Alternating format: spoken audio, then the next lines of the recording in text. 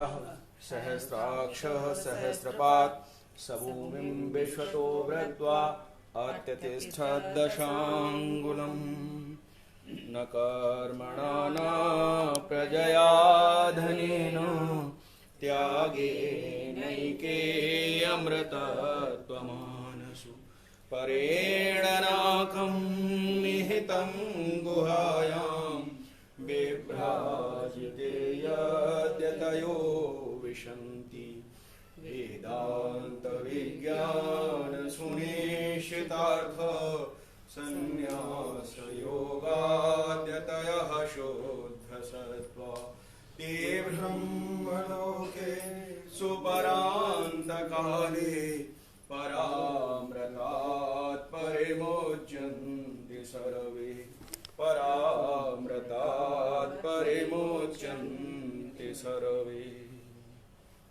बोलिए श्री सद्गुरुदेव भगवान की जय।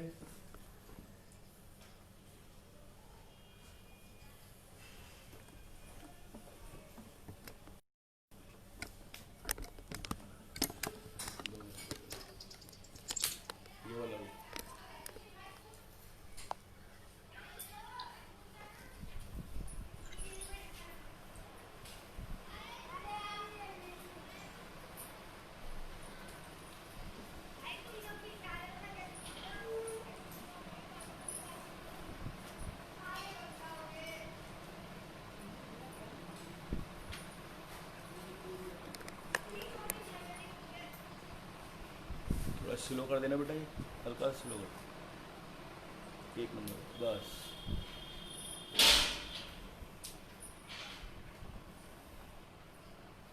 ऐसा बैठा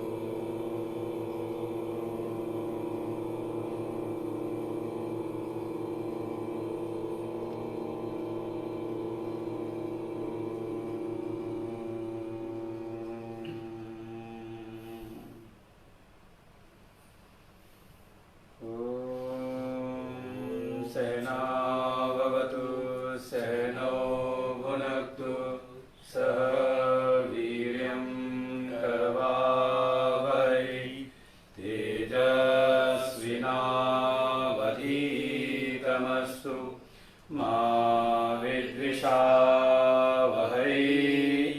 ॐ शान्तिः शान्तिः शान्तिः। शङ्करं शङ्कराचार्यं केशवं बादरायणं सूत्रभाष्यकृतौ वन्दे भगवन्तो पुनः पुनः। ईश्वरो गुरुरात्मेति मूर्तिभेदविभागिने व्योमवद्व्याप्तदेहाय दक्षिणामूर्तये नमः। सदाशिवसमारम्भां शङ्कराचार्यमध्यमाम् अस्मदाचार्यपर्यन्तां वन्दे गुरुपरम्पराम्। श्रुतिस्मृतिपुराणानाम् आलयं करुणालयं नमामि भगवत्पादं शङ्करं लोकशङ्करम्। नारायणं पद्मभवं वसिष्ठं ज्येष्ठं शक्तिं च तत्पुत्रपराशरं च व्यासं शुकं गौडपदं महान्तं गोविन्दयोगीन्द्रमथास्य शिष्यं श्रीशङ्कराचार्यमथास्य पद्मपादं च हस्तामलकं च शिष्यं तं त्रोटकं वार्तिककारमन्यान् अस्मद्गुरुन् सन्ततमानतोऽस्मि।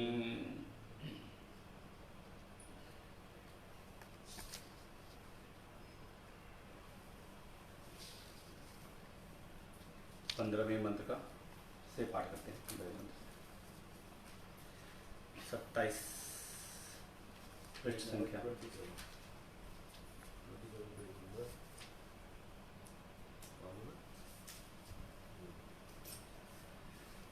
लोकादिमग्निं तमुवाच तस्मै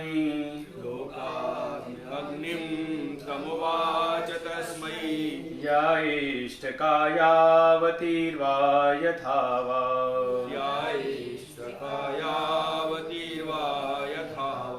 स चापि तत्प्रत्यवदथ्यथोक्तम्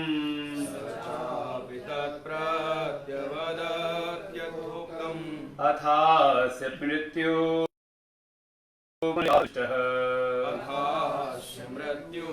पुनरेवाहतुस्तः तमब्रवीत् प्रीयमाणो महात्मा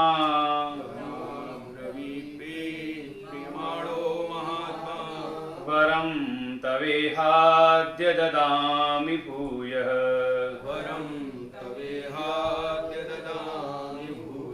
तवैव नाम्ना भवितायमग्निः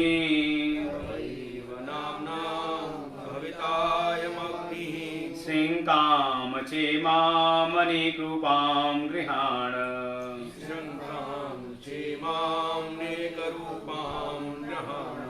तमब्रवीत् प्रीयमाणो महात्मा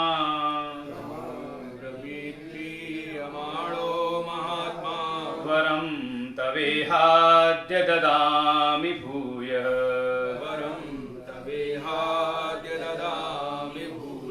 तवैव नाम्ना भवितायमग्निः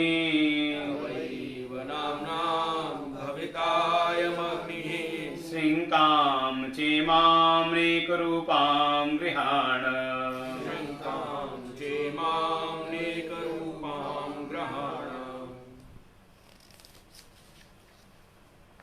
लोकादिमग्निं तमुवाच तस्मै या इष्टका यावतीर्वा यथा वा स चापि तत्र प्रत्यवधत् यथोक्तम् अथास मृत्यु पुनरेवाहतुष्टः।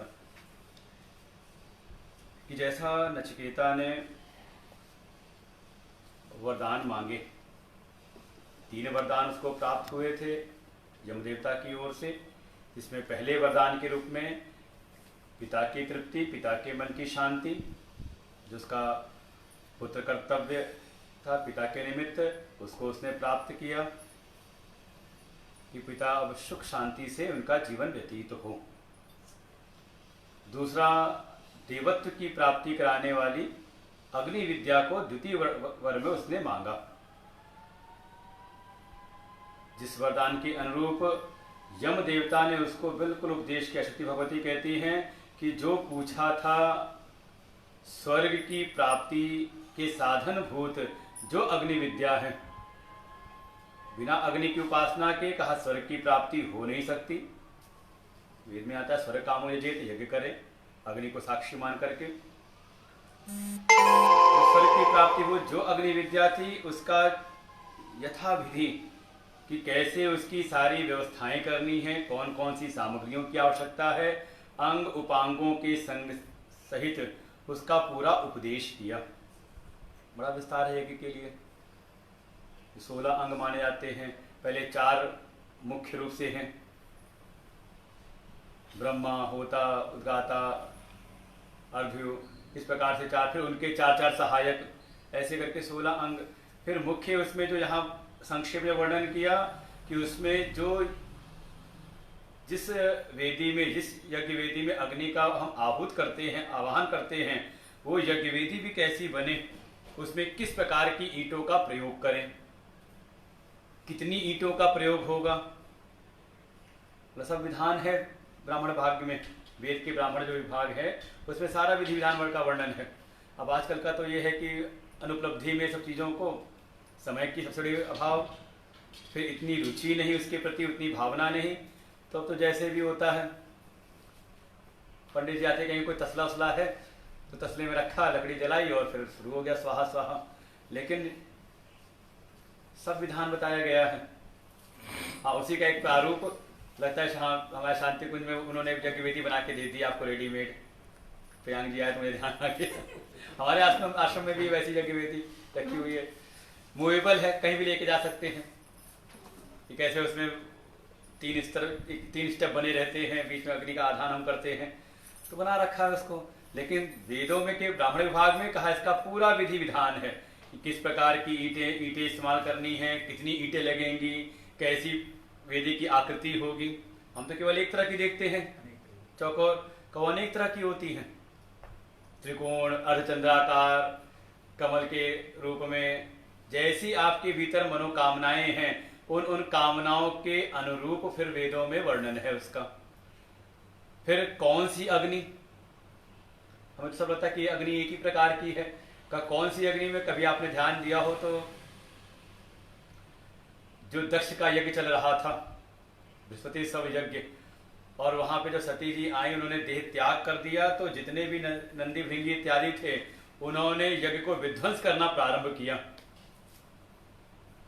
तो वर्णन आता है कि ऋभु ने दक्षिणाग्नि में आहुति डाली और वहां से बहुत सारे ऋभु प्रकट हुए और उन्होंने पीट पीट करके सारे शिवगणों को भगा दिया वहां से। क्या वर्णन किया? दक्षिणाग्नि।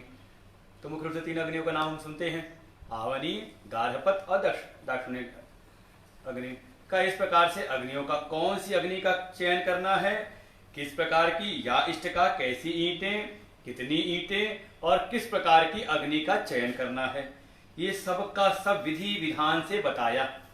अब यहां पर क्या है कि इस उपनिषद का प्रयोजन है ब्रह्म विद्या, विषय है, प्रतिपाद्य विषय है ब्रह्म विद्या, इसलिए विस्तार से यहां वर्णन नहीं किया। आपको ज्यादा जानना हो तो आप इसके जो ब्राह्मण विभाग है उसमें जाकर के इसका अध्ययन कर सकते हैं। यहां तो सीधे लेकर के आना है मुख्य विषय पर, तो इसको संक्षेप में तो श्रुति भगवती कहती है कि ऐसा उस नचिकेता के प्रति यमराज ने उपदेश कर दिया, और वो नचिकेता भी कैसा योग्य शिष्य है, कैसी उसके मन की एकाग्रता है कि उसने सुन करके उसको धारण भीतर, और कैसा धारण किया कि सचापि तत्प्रति अवत यथवा उत्तम, कि जिस प्रकार से यम देवता ने उसके प्रति उसका उपदेश किया था, वो नचिकेता ने अक्षरशः बिल्कुल वैसा ही उनको उल्टा सुना दिया। वो इतनी मेधा किसी की, कहते हैं 2 प्रकार की सामर्थ्य होनी चाहिए, एक तो ग्रहण शक्ति और दूसरी धारणा शक्ति। कि पहले तो हम जब श्रवण कर रहे हो तो श्रवण करते समय भी वो बातें हमें ग्रहण हो, समझ में भी आए, और साथ ही साथ जो समझ में आया है वो हमारे चित्त में धारण भी रहे। ये 2 चीजें होनी बहुत आवश्यक है। आज के समय में इसी की कमी रहती है, इसलिए कहते हैं सुनते समय ही कहा, बस सदवचन मान करके गुरु जी कह रहे हैं और हम सुन रहे हैं, और फिर उसके बाद जब सुनते समय समझ में नहीं आया तो का बाद में भी नहीं रहता। इसी को वो कह देते हैं ग्रैस्पिंग पावर और रिटेनिंग पावर। 2 प्रकार की शक्ति होनी चाहिए कि जिस समय आप श्रवण कर रहे हैं उस समय आप उसको समझ भी लें, समझ में भी आपको आए, और साथ ही साथ उसको आप भीतर धारण करके रख सके आगे के लिए भी। भाई धारण रहेगा तभी तो आप समय आने पर उसका उपयोग करेंगे, और ना हो तो कह सकते हैं नचिकेता की पात्रता कैसी है कि उसका मन कितना एकाग्र है, चित्त कितना शांत एकाग्र है, निर्मल है, कि जो कुछ सुना उसने समझ भी लिया और समझ करके भीतर उसको धारण भी कर लिया।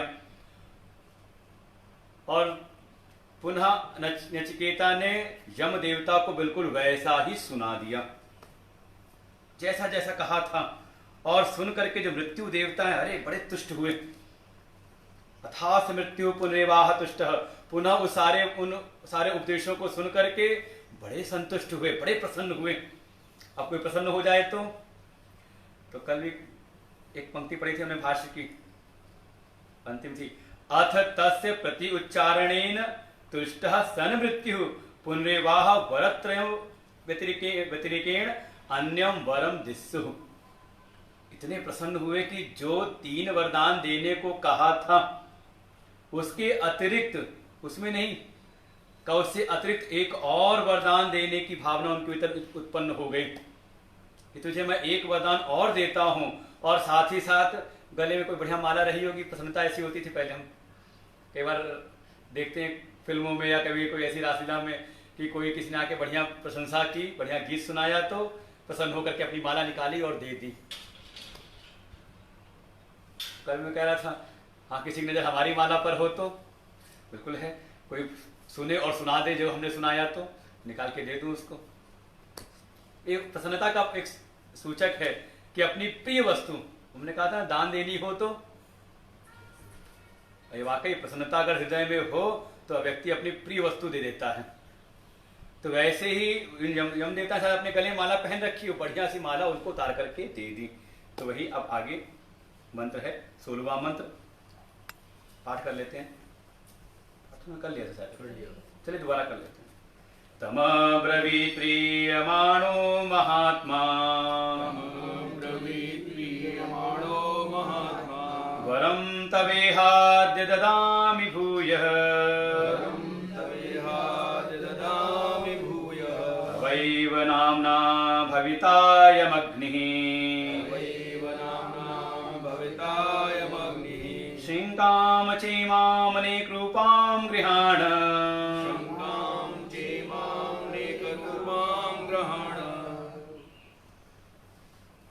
तमब्रवीत प्रियमाणो महात्मा। अब यहां यम देवता के लिए महात्मा शब्द प्रयोग किया है। का महात्मा अर्थात जो जिसकी आत्मा महान हो, भगवान भास्कर कहते हैं इसको महात्मा अक्षुद्र बुद्धि, अर्थात जिसकी बुद्धि बहुत संकीर्ण ना हो, बहुत छोटी बुद्धि ना हो, अर्थात हृदय की उदारता। अब समाज में देखें तो बिल्कुल अलग दिखाई देता है। समाज का कोई एक संसारी व्यक्ति है तो वो अपने प्रति तो परम उदार रहता है, अपनी कोई व्यवस्था करनी हो तो उसके लिए परम उदार, बढ़िया से बढ़िया ब्रांडेड होना चाहिए, कोई कमी नहीं रहनी चाहिए, किसी चीज में कटौती नहीं होनी चाहिए। लेकिन जब समाज के कार्य करने हो तो अब तीनों कर्तव्य कह सकते हैं। पारिवारिक कर्तव्य हो, परिवार में करना हो तो एक क्षुद्रता का दिखाई देती है, वहां पर संकीर्णता। अपने लिए करना हो, अपने बच्चे के लिए करना हो तो बढ़िया से बढ़िया होना चाहिए, और दूसरे के बच्चे करना हो, परिवार में कोई हो तो उसको छांटते होंगे, ऐसा मन में तो होता होगा, ये अच्छा वाला है इसको छांट के रख दो, ये थोड़ा उतना अच्छा इसको उसको दे दो, उनके बेटे को दे दो। होता होगा कि नहीं होता होगा, कुछ तो मन में आता होगा। क्या है ये? कहा क्षुद्रता का प्रतीक है, सूचक है। नहीं तो कई बार तो ऐसा होता है कि परिवार में ही कोई है ऐसा कि भाई के बच्चे के लिए करना हो तो बढ़िया करते हो, अपने वाले हो, अरे तुझे तो अपना चल जाएगा। लेकिन कोई अगर अच्छी चीज है तो अगर कोई कमी है उस सामान में कि अपने वाले के लिए रख दो, अपना चल जाएगा, लेकिन उसके लिए अच्छा दे दो, ये होता है परिवार में। तो क्या है, कहा वो परिवार फिर खुशहाल रहता है। अब से देखें, अब महाभारत का कहीं ना कहीं कारण ये लगता है ना धृतराष्ट्र का, जब उसने कहा माम कहा पांडवाश्चैव किम अकुर्वत संजय, हे संजय मेरे और पांडु के, जो पांडु के क्या वो उसके नहीं है भाई, वंश तो एक ही था, कुरु चला तो हो गया कुरुवंश, लेकिन भेद बुद्धि कर ली ना कि ये मेरे हैं, दुर्योधन आदि जो हैं वो मेरे पुत्र हैं और ये छोटे भाई पांडु के पुत्र हैं, तो भेद बुद्धि आई ना, समस्या उत्पन्न हो गई, परिवार में खंडता। कहा जब ये संकीर्णता आती तो ऐसी समाज के लिए करना हो, उल्टा हो रहा है आजकल। किसी को सेवा मिली समाज के कार्य के लिए तो क्या करता है, कई बार अगर संकीर्णता हो तो समाज के कार्यों में कटौती करके अपने कार्यों को सिद्ध करता है, तो कहें उसको फिर महात्मा नहीं कहेंगे। ऐसे ही अब सब चीजें हैं, चाहे पितरों के प्रति कर्तव्य हो, इसलिए कहा था अगर श्राद्ध करना हो तो श्राद्ध में क्या करना चाहिए? कहा बढ़िया से बढ़िया वस्तु का दान करना चाहिए। भाई जितनी अच्छी वस्तु आप दान करेंगे उसका उतना फल मिलेगा हमारे पितरों को। लेकिन आज के समय में क्या हो गया का कोरम पूरा करते हुए किसी पंडित को बुला लो, खाए चाहे ना खाए, ये सब है समस्याएं। इसीलिए फिर पितृदोष बना रहता है।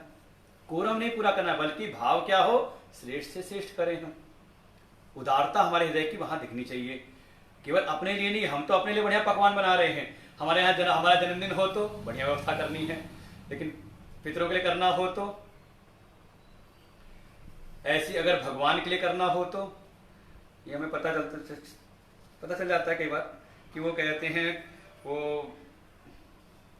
अपने खाद्य वस्तुओं की जो दुकानें होती अलग होती हैं और भगवान की पूजा सामग्री की दुकानें अलग होती हैं।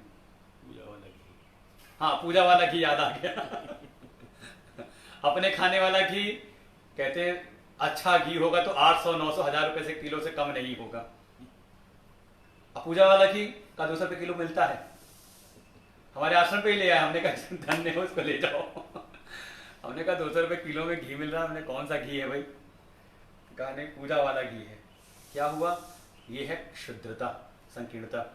अपने लिए करना है तो बढ़िया से बढ़िया, लेकिन किसी और के लिए करना है तो श्रेष्ठ के लिए, पितरों के लिए करना है, समाज के लिए करना है, या फिर करना है भगवान के लिए, तो वहां पे कहीं ना कहीं हमारा हृदय हो जाता है संकीर्ण। इसे कहा ये संसारी व्यक्ति का स्वभाव है। तो महात्मा कौन है? का कोई रह रहा है इसी संसार में। यहां वेशभूषा की बात नहीं, आंतरिक की बताई। यहां पर किसको हम महात्मा कहते हैं? कोई लाल वस्त्र वाला है, कोई गहरे वस्त्र वाला है, कोई श्वेत वस्त्र पहने वाला, वो नहीं। का हृदय चित्त कैसा है? कोई ऐसा भाव वाला है कि अपना जीवन तो कम से कम तपस्या में, संयम में जीवन है, लेकिन दूसरे के लिए व्यवस्था करनी हो तो का उसके लिए हो जाते हैं परम उदार। बढ़िया से बढ़िया जो चीज हो उसको निकाल के रखते हैं, अरे ये लीजिए ये आपके लिए है। ये दिखाई देता है। आप देखिए ऋषियों के, संतों के जीवन का यही रहता है। अपना जीवन है तो संयमन है, तप है, तपस्या है, लेकिन कोई आ गए तो का उनके लिए यथा योग व्यवस्थाएं करते हैं। ये कथाओं में मिलेगा। भरद्वाज ऋषि के जीवन का दिखाई देगा। हाँ कभी घटना हुई, परशुराम के पिता जो थे उनके जीवन में था कि राजा आए तो उनके लिए व्यवस्था वशिष्ठ जी ने किया। ये चीजें तो केवल समस्या भी आई, ऐसा नहीं समस्या नहीं आई, लेकिन फिर भी हृदय परम उदार है, दूसरों के लिए परम उदारता है। ऐसा जिसका चित्त है तो कहा उसको कहा महात्मा। अक्षुद्र चित्ता, अक्षुद्र बुद्धि, बुद्धि में किसी प्रकार की कोई संकीर्ण, खास तौर से देते समय। अब वरदान तो 3 ही दिए थे, 2 वरदान दे भी दिए, लेकिन हृदय इतना उदार है, प्रसन्न हुए तो कहा एक वरदान और देने को तत्पर हो जाते हैं। क्यों? क्योंकि प्रिय मानो, थोड़ा प्रसन्नता है भीतर, एक प्रियता का भाव उत्पन्न हुआ। किस चीज पर? भगवान बात करते हैं शिष्य योग्यताम पश्यन। जो सामने शिष्य के रूप में नचिकेता है उसकी योग्यता को देख करके, कितना बढ़िया योग्य शिष्य मुझको आज प्राप्त हुआ है, कैसी इसकी मेधा, कैसी इसकी एक हृदय में एक महत्व बुद्धि इस ज्ञान के प्रति है, कैसी इसकी एकाग्रता है कि जैसा मैंने सुनाया बिल्कुल वैसा ही इसने मुझको वापस सुना दिया। सुन करके ही इतना एकाग्रता हो, और बिल्कुल अगर आप हो तो ऐसा हो सकता है। हमारी पहले शुरू में अभ्यास था, जब गुरुदेव साहब जब रहते थे साथ में, तो जब कहीं सत्संग स्वाध्याय हो तो साथ में सुने। फिर अब आश्रम पे तो है नहीं, किसी और की व्यवस्था में है तो कोई काम रहता नहीं, समय ऐसे ही रहता, तो मैं क्या करूँ कि बैठ करके जो सुना होता था उसकी कोई एक पॉइंट लिखे रहते थे, उसके बाद बैठ के उसको पूरा उतारने का प्रयास करते थे, एक तरफ से पूरा लिख डालते थे उसको। तो कुछ डायरियों में हमारे लिखे हुए हैं पुराने सत्संग, ऐसे जैसे पूरा लिखा गया हो ऐसे पूरा एक उतारते थे कि क्या क्या, इसके बाद क्या बोला, इसके बाद क्या कहा, इसके बाद कुछ क्या कहा। इससे हमारी मेधा शक्ति बढ़ती है, कि दोनों ग्रहण शक्ति भी और धारणा शक्ति भी, और ये हमारे ऊपर है जितना इसका हम अभ्यास करेंगे। इसीलिए पहले परंपराएं थी श्रुति परंपरा, कि आचार्य ने सुनाया और सुन करके शिष्यों ने ग्रहण कर लिया। इसलिए बहुत अच्छा जिनके हाथ में, जैसे हम लोग पढ़ाते हैं ना, जिनके हाथ में ग्रंथ लेके पढ़ते हैं, और कोई ऐसे हो जिनके हाथ में ग्रंथ ना हो लेकिन पूरे एकाग्रता से सुने और दोहरा दें, तो जो बिना ग्रंथ वाले उनकी मेधा शक्ति और तीव्र होती है। कई बार करना चाहिए सब चीज़ें, अभ्यास, कि हाँ कि एक बोले और दूसरा उसको दोहराए। घर में कर सकते हैं, अपना बच्चों में कर सकते हैं, हैबिट कर सकते हैं। पढ़ाते समय ऐसे होता है कि चलो मैं बोल रहा हूँ तुम उसको सुनाओ, तो इसको रिपीट करो, इससे दोनों शक्ति बढ़ती है हमारी, ग्रास्पिंग पावर भी और रिटेनिंग पावर भी। तो बिल्कुल अभ्यास अपने आप कर सकते हैं, शास्त्रों कर सीखना हो तो कुछ, तो ऐसा नहीं बच्चों के लिए कुछ नहीं, बच्चों के लिए बहुत कुछ है इसमें, उपनिषद में भी। तो उसकी योग्यता को देख करके इतना योग शिष्य मिला, और वाकई कोई मिल जाए तो प्रसन्नता तो होती है। अध्यापक स्कूल में प्रसन्न होते हैं। बच्चा अच्छा मान लो कभी जाते हो बताते हो कि मैं IIT-BHU में हूँ, तो पुराने टीचर मिल जाए तो खुश होते होंगे ना, देखो हमारा बच्चा एक IIT में है, IIT में पढ़ रहा है, तो ऐसा होता है बिल्कुल। तो देख करके बड़े प्रसन्न होकर के उसको फिर वरम तब ई अद्य ददामी, कहते हे नचिकेता मैं तुमको अब एक और वरदान मैं देता हूं, वो 3 से अलग। कौन सा वरदान? तो पहला वरदान तो यही दिया कि तब एव नामना भविता अयम अग्नि, कि ये जो मैं तुम्हें अग्नि विद्या का उपदेश किया है ये अब तुम्हारे नाम से जानी जाएगी। अब लगता है यही परंपरा संसार में चल पड़ी कि जिसने जिस चीज का आविष्कार किया वो सिद्धांत उसी के नाम चल पड़ा, है कि नहीं? न्यूटन का नियम, गैलीलियो का नियम चला ना, तो कुछ नया नहीं संसार में, सब हमारे उपनिषदों से ही है, वेदों से ही है, परंपरा सब वही चल रही। तो हमारे उपनिषदों ने, वेदों ने परंपराएं डाली हैं कि जिसने सबसे पहले, क्योंकि विद्या तो थी, कल भी कहा था हृदय गुहा में है, बुद्धि गुहा में तो है महापुरुषों के, लेकिन जो उसको अपनी जिज्ञासा से, अपनी श्रद्धा से उसको प्रकट करवा दे उसी के नाम से। तो कहा ये जो अग्नि है, अग्नि विद्या है, जो साक्षात स्वर्ग की प्राप्ति कराने वाली है, जिसकी बड़ी महिमा की थी, अनंत लोकाप्ति मथो प्रतिष्ठाम, अनंत लोकों की अर्थात स्वर्ग लोक की प्राप्ति कराने वाली, जो सारे जगत की प्रतिष्ठा है, सारे लोगों की प्रतिष्ठा है, आधारभूत है, वो अग्नि विद्या अब से तुम्हारे नाम से जानी जाएगी। और श्रृंगाम च इमाम अनेक रूपाम गृहाण, और ये बढ़िया मेरे पास एक माला है, श्रृंगाम मतलब माला, ये माला तुम ग्रहण करो, इसको मैं तुम्हें देता हूं। कैसी है? का अनेक रूपाम, ये अनेक अनेक रूप ग्रहण करने वाली है, बिल्कुल होती मालूम। प्रकाश पड़ जाए, इसी में स्फटिक पे प्रकाश पड़े तो अलग चमक आएगी, कुछ अलग रंग दिखाई देगा, जिसके साथ संसर्ग में आएगा उसके रंग की आ जाती है, तो लगता है कि रंग बदल रहा हो, जैसे अनेक रूप धारण कर रही हो। तो ऐसे ही दिव्य माला वो प्रदान की। भगवान भास्कर कह रहे हैं श्रृंगाम के विषय में, किम च श्रृंगाम शब्दवतीम रत्नमयी मालाम इमाम अनेक रूपाम विचित्राम गृहाण स्वीकुरु। यम देवता कह रहे हैं हे नचिकेता तुम इस माला को स्वीकार करो। ये माला कैसी है? का ये कोई सामान्य माला नहीं है, शब्दवती,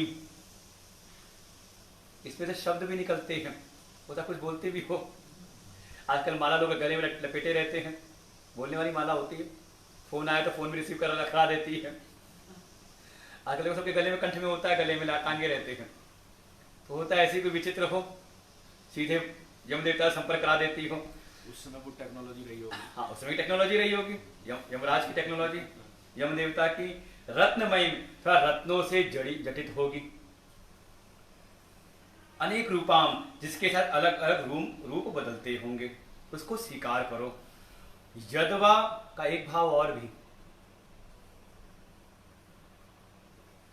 यदवा श्रृंगाम अकुत्सिताम गतिम कर्मयीम गृहाण। श्रृंगाम का एक भाव और होता है, जैसे कहा माला, एक भाव और होता है मार्ग, आगे सारे शब्द और पुनः आएगा मार्ग के रूप में। श्रृंगाम कहते हैं मार्ग को भी श्रृंगाम, जैसे कहते हैं अयन, अयन के दो भाव होते हैं, एक तो निवास जहां रहने वाले, और अयन का ही एक भाव होता है मार्ग भी। जैसे हमने कहा नारायण, क्या मतलब हुआ? कहा जो नार में अयन करने वाले हो, रहने निवास करने वाले, वो है नारायण। और दूसरा अयन का दक्षिणायन, उत्तरायण का उत्तर की गति, उत्तरायण की गति और दक्षिणायन की गति, तो दोनों भाव। तो ऐसे ही श्रृंगाम का एक भाव तो है माला, कि अपने गले से दिव्य माला निकाल करके उन्होंने दी कि इसको स्वीकार करिए। और दूसरा कि नचिकेता की योग्यता को देख करके उन्होंने एक ऐसी कर्ममयी उनको गति दी जिसकी कभी भी निंदा नहीं हो सकती। उसको समझना हो तो बड़ा, दूसरा अध्याय अगर ध्यान सुनो तो उसमें आता है जो कहा योग कर्मसु कौशलम, जहां भगवान ने पहले तो सांख्य, दूसरे अध्याय में जो भी प्रसंग चल रहा था हमारा दूसरे अध्याय का, वहां पे था ना कि पहले तो 11वें श्लोक से लगभग 38वें श्लोक तक भगवान ने सांख्य योग का, सांख्य बुद्धि का उपदेश किया। ईशा ते भीता सांख्य बुद्धि योगे तिमाम शृणु, कि पहले तो सांख्य बुद्धि का उपदेश किया, फिर कहा कि इसकी प्राप्ति, इसकी निष्ठा के लिए का कर्म योग की तू अब चर्चा सुन। और फिर उस कर्मयोग की जो महिमा कही, का जो भी इस योग बुद्धि से, इस कर्मयोग की बुद्धि से युक्त हो जाता है तो उसका परिणाम क्या है इस योग बुद्धि का? योग कर्मसु कौशलम, उसके सारे कर्मों में कुशलता आ जाती है। कर्मों की कुशलता का नाम योग नहीं है, मैंने वहां समझाया था, ये उल्टा भाव लोग ले आते हैं। ये तो कर्मों में कुशलता, तो फिर कोई गलत काम कर रहा है वो बड़ी कुशलता से कर रहा है तो क्या योगी है वो? का वो ये भाव नहीं है, बल्कि जो इस कर्म योग की, वो सारे सिद्धांत लाने पड़ेंगे मन में। निर्द्वंद, नित्य सत्वस्थ, निर्योग क्षेम, आत्मवान, ऐसे होकर के, निश्चय गुण होकर के जो कर्म की साधना करता है, कर्मयोग की साधना, जैसा भगवान ने बताया था कर्मयोग की बुद्धि के बारे में, वैसा जो लाता है, उस योग का परिणाम क्या है?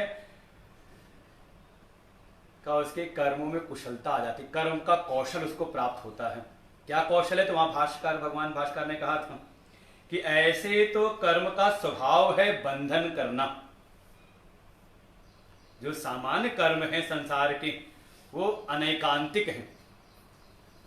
कर्मों की निंदा करते हुए कर्मियों की प्रशंसा करते भगवान ने कई बार ये चीजें कही थी। बहुशाखा हिनंताश्च बुद्धयो अवसायी नाम, कि ये जो सामान्य रूप से संसार के जो कर्म हैं ये बहुशाखा वाले, अनेकांतिक हैं, अर्थात उसका जो लक्ष्य अनेकांतिक हो जाता है, कुछ पक्का नहीं कि आप ये करें उसका यही फल होगा, क्योंकि हम लक्ष्य का निश्चय करके संसार में कि इसकी प्राप्ति के लिए हम कर्म करते हैं, लेकिन जब तक वो पूरा हुआ तो का एक नया लक्ष्य आ गया सामने, फिर वो पूरा करने लगे तो कहा दूसरा, तीसरा आ गया, तीसरा किया तो चौथा आ गया। ये होता है पूरे जीवन पर्यंत। पहले क्या था, अरे जाके पढ़ ले, अब सामान्य रूप से समझ ले, तो पढ़ लेगा तो खुश सुखी हो जाएगा, पढ़ लिया तो मतलब हाई स्कूल इंटर कर लिया तो कहा भी नहीं, अब जाके ग्रेजुएशन भी कर ले तो सुखी हो जाएगा, वो कर लिया तो कहा नौकरी, बिजनेस, अर्थ की व्यवस्था, जीविका कैसे चलेगी, वो हो जाएगी तो बिल्कुल सुखी हो जाएगा, वो कर लिया तो या कुछ शादी वादी भी कर ले, पुत्र परिवार भी होगा ना, वित्तृष्णा हो गई तो पुत्रेष्णा, वो भी हो गया तो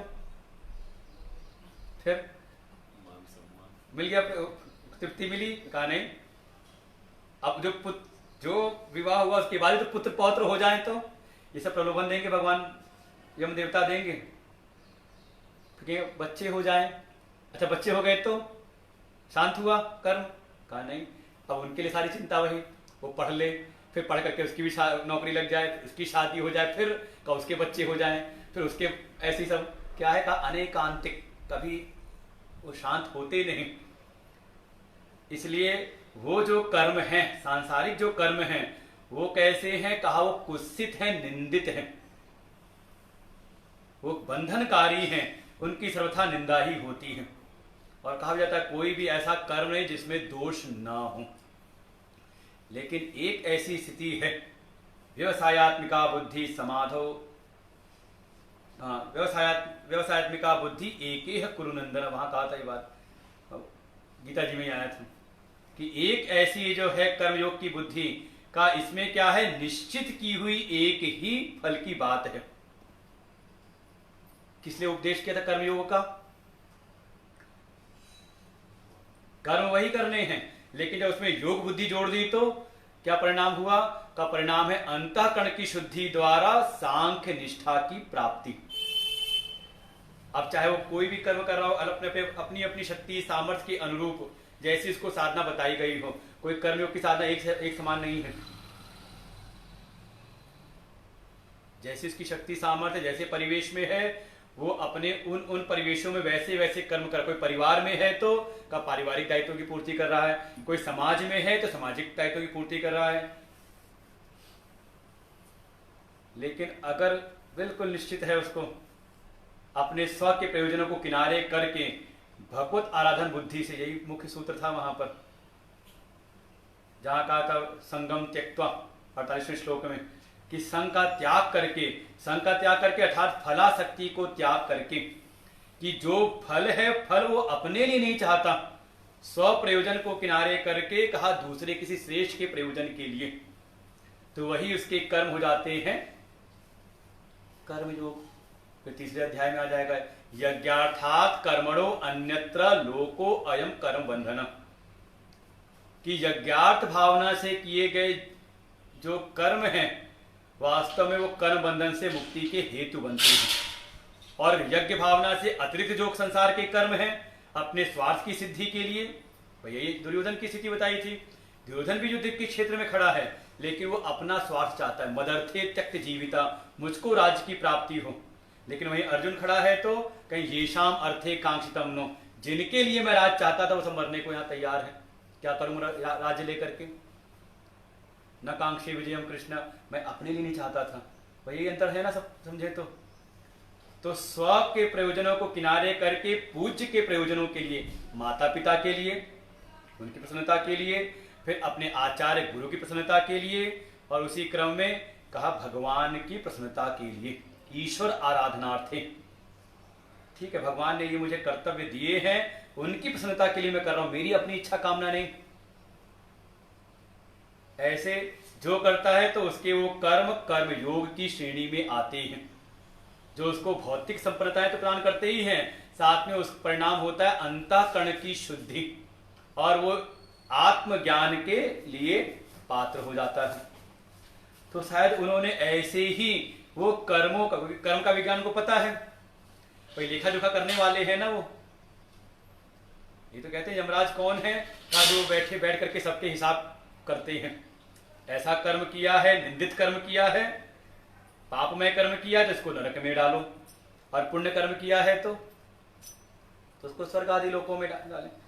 तो कर्मों की गति जानते हैं ना। तो ऐसे ही उन्होंने जो इस संसार में अकुत्सित कुत्सिताम गति है, जो बिल्कुल जिस कर्म की कभी निंदा हो नहीं सकती, अनिंदित जो कर्म है अर्थात कर्मयोग, वो शायद उनको शायद दे दिया हो उपदेश रूप में, या अपनी कृपा से प्रदान कर दिया हो।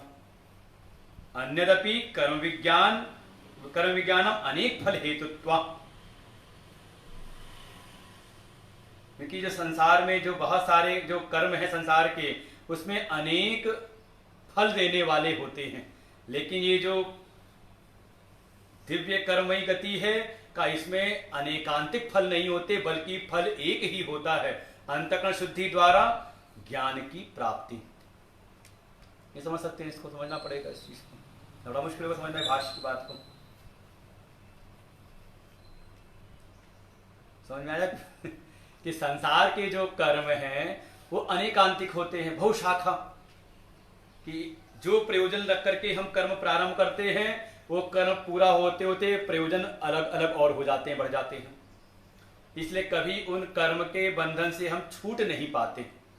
लेकिन एक ऐसी कर्ममय गति है, एक ऐसी कर्म की एक योग्यता है जिसको हम कह सकते हैं कर्मयोग की साधना, जिसकी बिल्कुल कभी कोई निंदा नहीं, अनिंदित अकुत्सिताम, ऐसी कर्ममयी जिसमें अनेकांतिक भाव नहीं बल्कि सीधे एक फल की प्राप्ति कराता है, अंतःकरण की शुद्धि द्वारा इस ज्ञान योग में अवस्थान, अपने आत्मस्वरूप में अवस्थान, ऐसे कर्म विज्ञान को, ऐसे श्रेष्ठ कर्म विज्ञान को प्रदान कर दिया इस माला के रूप में। माला कह सकते हैं, जैसे कहते हैं ना कि कोई बड़ी चीज लेने जाओ तो केवल छोटी छोटी चीज ऐसी मिल जाती है। घेलुआ कहते थे, मान लो सब्जी लेने गए तो वो धनिया मिर्ची, हाँ कॉम्प्लीमेंट्री, धनिया मिर्ची कॉम्प्लीमेंट्री मिल जाती है, ये होता है कई बार। तो ऐसे ही नचिकेता गए होते थे 3 वरदान लेने के लिए, ज्ञान की प्राप्ति करने के लिए, लेकिन उस ज्ञान के साथ साथ में ही कॉम्प्लीमेंट्री क्या मिल गया का कर्मयोग। जैसे अर्जुन को भी भगवान ने निमित्त बना, इसलिए कहते हैं कठोपनिषद और गीता जी बिल्कुल साथ साथ चलती है बहुत जगह पे। बहुत सारे सिद्धांत से मैच करेंगे, एकदम मेल खाएंगे, क्योंकि यहाँ के कोई सिद्धांत तुरंत याद आती है गीता जी की, तुरंत समझ में आता है कि हाँ देखो गीता जी में ऐसा कहा है, मतलब भगवान इस सिद्धांत को वहां पर स्पष्ट कर रहे हैं, वहां स्थापित कर रहे हैं। प्रमाण तो वेद है, उपनिषद, और भगवान ने इसी को आधार बना करके वहां पर विषयों को रखा है। समझ में आता है। तो ऐसी कि अर्जुन गए थे ज्ञान के लिए, भगवान ने ज्ञान के साथ साथ में देना, उनको स्वरूप की स्थिति करानी है, स्वरूपावस्थान कराना है। जो अर्जुन ने कहा नष्टो मोहा स्मृतिर लब्ध्वा इसितो अस्मि गत संदेह, कि मेरे सारे संशय संदेह मिट गए, मैं अपने स्वरूप में ही अवस्थित हो गया हूं। लेकिन साथ में का कर्मियों की भी प्राप्ति हो गई, भक्ति योग भी किया, कुछ नहीं ना कोई कर्म की साधना की, क्योंकि वहां पे प्रापक भाव होता है। अभी इसमें भी आएगा कि पहले सुनो समझो और फिर करो, तो कितना कर्मयोग किया उसने। फिर भक्ति योग में भी का सुनो समझो करो, कितनी भक्ति की उसने। भगवान की वास्तव में जो वहां पे मंशा थी वो तो थी तत्व ज्ञान देना, आत्मज्ञान देना, ब्रह्मात्मैक के स्वरूप का बोध कराना ही वहां पर भगवान की विशेष मंशा थी। लेकिन साथ में कर्मयोग और भक्ति योग भी उन्होंने प्रदान कर दिया। समझ लो भगवान ने वहां पे अपनी 2 मालाएं निकाल के दे दी कॉम्प्लीमेंट्री रूप में। ऐसी यहां पर भी ऐसे ही दे करके कहा इसको तुम स्वीकार करो, और फिर पुनः इस ये अग्नि विद्या रूपी जो कर्म है इसकी प्रशंसा की। 2 मंत्रों में है, पाठ करते हैं। 17वां मंत्र, पुनरपि कर्म स्तुतिम एव आह। जैसे कहते थे कि जिस विषय का वर्णन किया, जिस अग्नि विद्या का, जिस कर्म का वर्णन किया, उसकी प्रशंसा कर रहे हैं। अब बिल्कुल ध्यान रखिए, गीता जी भी ऐसी था, जहां पे कर्मयोग की साधना बताई तो पहले उसकी पहले प्रशंसा की थी। नेहा विक्रमनाशोस्ति प्रत्यवायो न विद्यते, ये सब मैंने कहा था उस समय कि ये जो भगवान बताने वाले कर्मयोग की साधना उसकी प्रशंसा कर रहे हैं।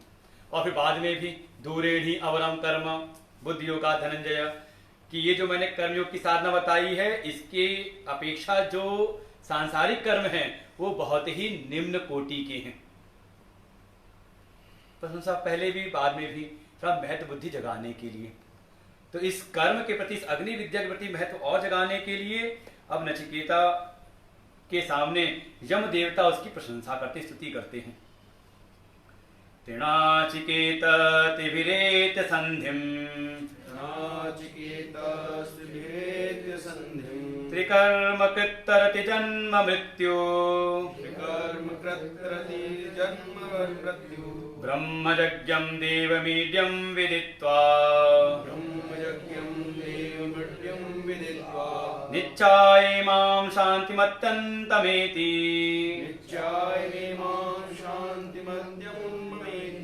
तृणाचिकेत स्त्रिभिरेत्य सन्धिम्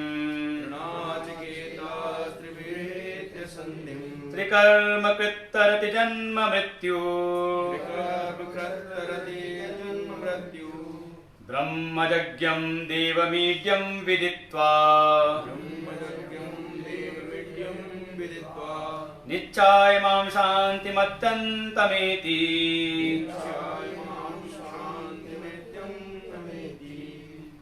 तृणाचिकेतः, अर्थात ये जो नचिकेत अग्नि का अभी उपदेश किया है इसका जो कोई भी 3 बार अनुष्ठान कर लेता है, ये 3 बार की बड़ी महिमा है।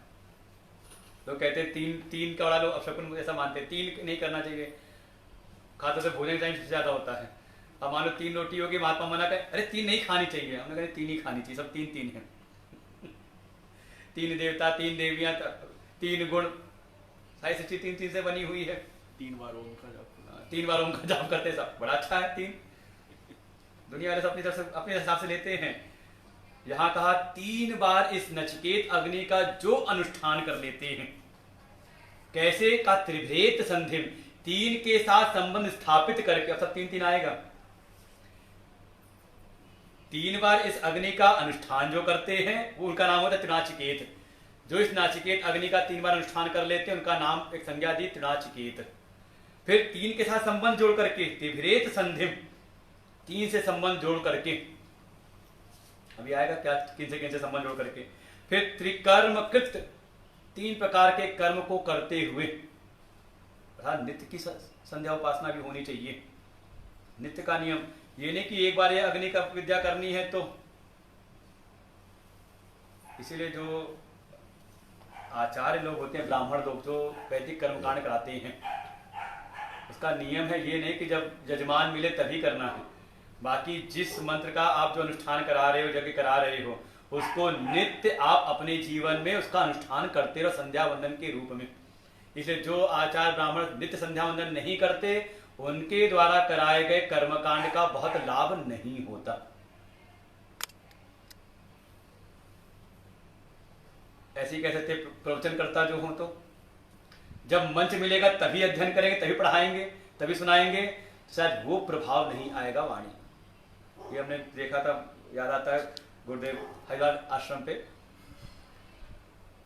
पूज्य गुरुदेव को उनके पूज्य गुरुदेव ने एक चिट्ठी लिख करके भेजी होगी, तो गुरुदेव ने उसको फ्रेम करा रखा है एक फोटो फ्रेम में।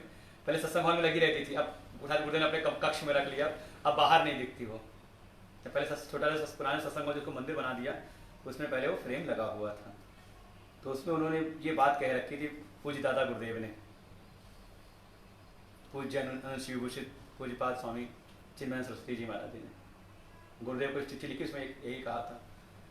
कुछ साधनाएं बताई थी कि इस साधना को नित्य करते रहना। वहां 13वें अध्याय के श्लोकों का था कि 3 श्लोकों को पाठ नित्य करना।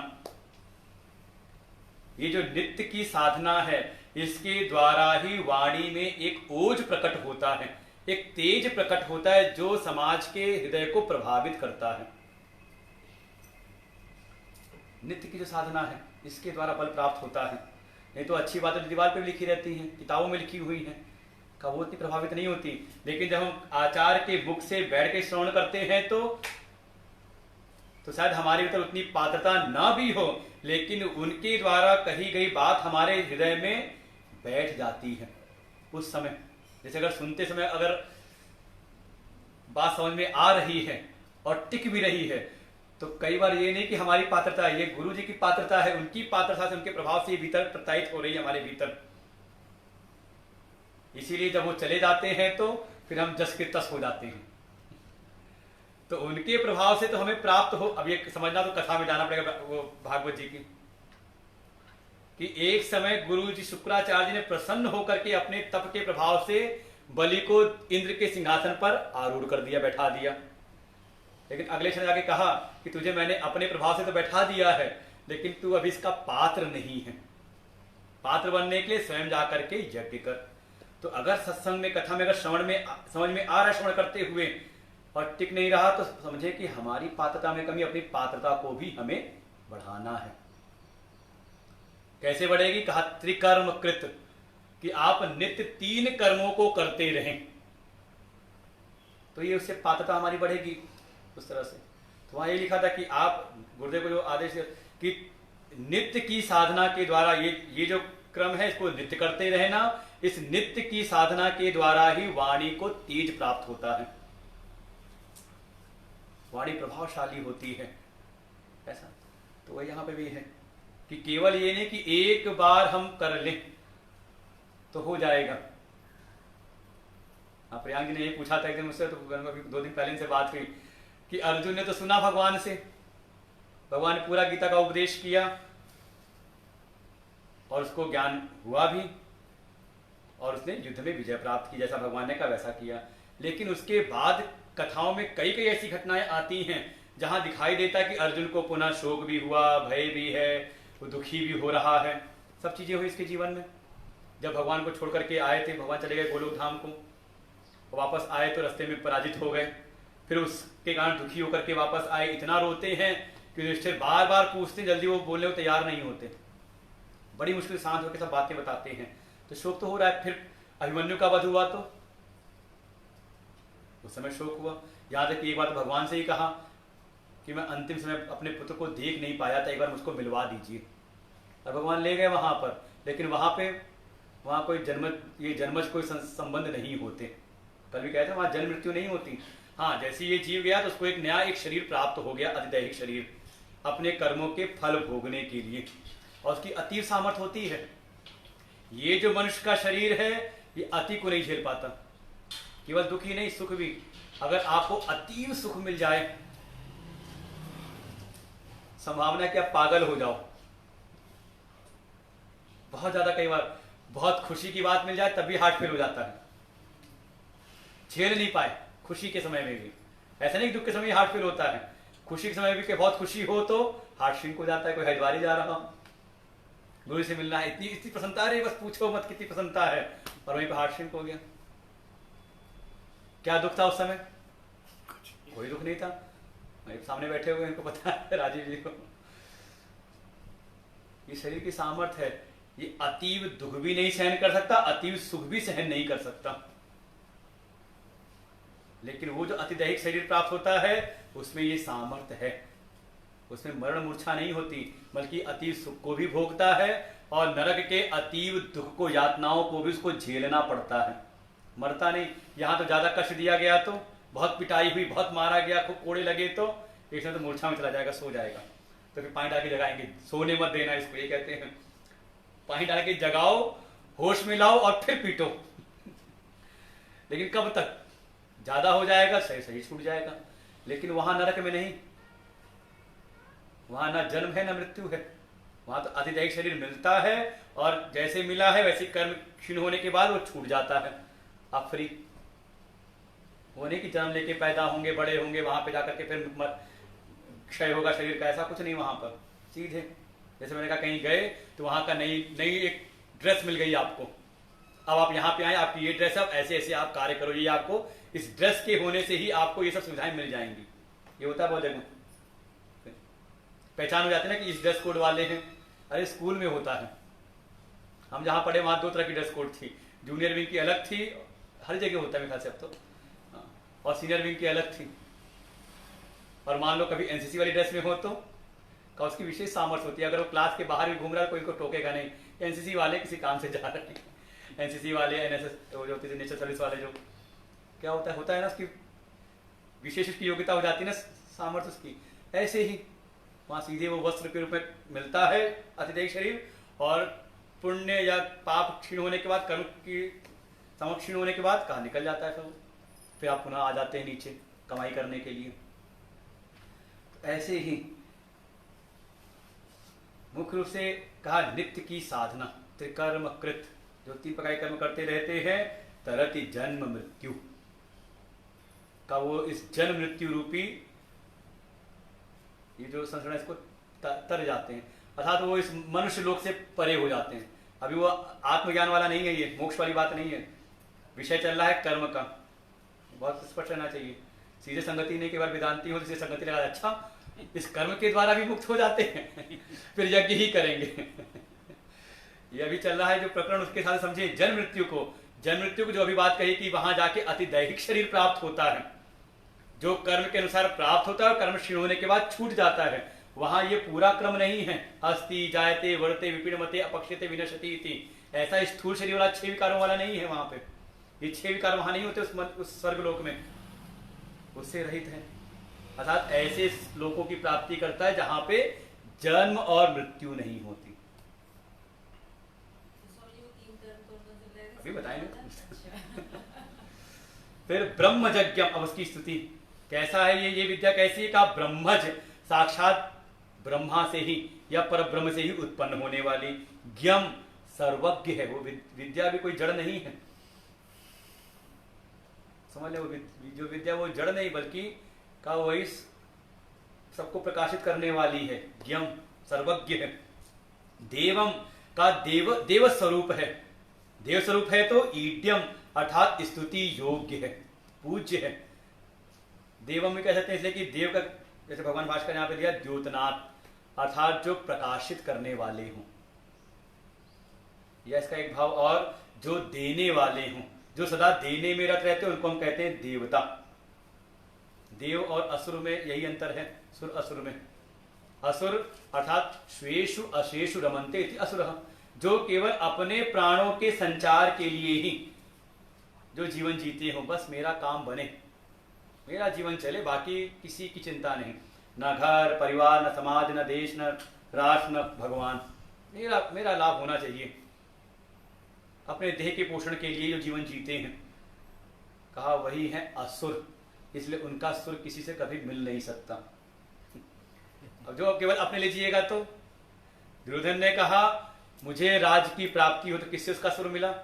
सब खड़े हैं, भीष्म पितामह, द्रोणाचार्य, कृपाचार्य, किसी का सुर मिल रहा हो उनसे? तो कहा यही असुर, हमारा सुर ना मिले किसी से, समझ लो हम कौन हो गए? कहा असुर। असुर देवता जो देने में लगे रहे, उदारता हो हृदय के भीतर, कैसे ऐसे स्थिति योग्य हैं, ऐसे उस तत्व को जो जान लेता है, विदित्वा, उस अग्नि विद्या को जान करके, निश्चय इमाम, इस विद्या को आत्म रूप जान करके, का शांतिम अत्यंतम एति, का वो आत्यंतिक शांति को प्राप्त हो जाते हैं। फिर अशांति नहीं मिलती उनको, बिल्कुल आत्यंतिक शांति की प्राप्ति करते हैं। अब भगवान भास्कर इसको समझा रहे, थोड़ा सा लंबा है इसका भाष्य। तृणाचिकेत, पहला शब्द था तृणाचिकेत, क्या भाव है इसका? तो कहा तृणाचिकेत त्रिहि कृत्वा अग्नि निशितो येन स तृणाचिकेत, का जो अग्नि विद्या यम देवता ने उपदेश की है नचिकेता को, जिसका नाम ही रख दिया चौथे वर्ग के रूप में नाचिकेत अग्नि, इसका जो कोई भी 3 बार अनुष्ठान कर ले, का वो उसका नाम हो गया तृणाचिकेत। फिर का एक अर्थ और भी है, तद विज्ञान, तद अध्ययन, तद अनुष्ठानवान वा। एक भाव तृणाचिकेत का और भी है। भाई एक तो है कि ठीक है हमें अब इसका अनुभव नहीं, इस विद्या के बारे में पता नहीं, ठीक है, अब हमने सारी जो ब्राह्मण शास्त्रों में जो विद्याएं दे रखी हैं कि किस प्रकार से ये कर्म अनुष्ठान करने चाहिए, हमें ज्ञान नहीं, तो क्या करते हैं, जैसा श्राद्ध करना हो तो कैसे करना है पता है, ठीक ठीक नहीं पता तो तरीका क्या है, किसी आचार्य का वर्ण कर लें, ये तो करते हैं। हवन करना हमें नहीं आता, यज्ञ करना नहीं आता, तो किसी विद्वान आचार्य का वर्ण करके उनके द्वारा हम 3 बार कर लें, ये पहला भाव कहा। और नहीं तो दूसरा भाव क्या है, कहा तद विज्ञान, पहले उसका ज्ञान प्राप्त करें, तद अध्ययन, पहले उसका अध्ययन करें, फिर तद विज्ञान, फिर उसको अच्छी प्रकार से अनुभव में लेकर के आए, और तद अनुष्ठानात्वा, फिर उसका अनुष्ठान करें। अर्थात ये कर्म का विषय है, कर्म की विद्या है, तो कर्म में बोधक भाव नहीं होता कि आपने स्वर्ग की अग्नि की विद्या को जान लिया और आपको स्वर्ग मिल जाएगा, बैठे रहो यहीं पर, कब मिलेगा स्वर्ग का? इस सारी विद्या को एक प्रकार समझ ले, अब ये ज्ञान की स्तुति रूप में भी है।